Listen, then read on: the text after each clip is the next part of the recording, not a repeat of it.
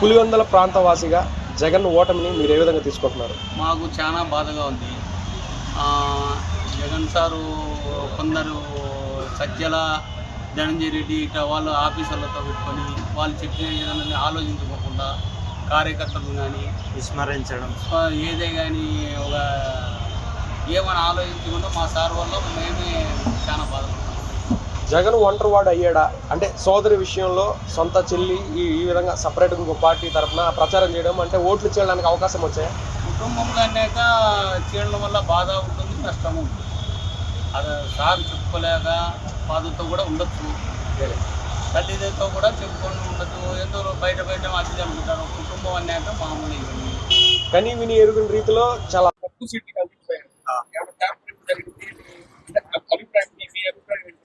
Tampering అనేది అంటున్నారు కానీ ఇప్పుడు ఏజెంట్ అది మేమైతే ట్యాంపరింగ్ అనేది ఆలోచన లేదు. పులివెందుల్లో రెడ్లంతా ఏకమై కావాలనే ఇట్లా ఓట్లు జగన్కి సపోర్ట్ ఇవ్వలేదు అనే టాక్ కూడా వస్తుంది. మీరేమంటారు? 22,000 వచ్చింది. రెడ్లు వేసినారు. పులివెందుల వల్లే మా సార్కి 61,000.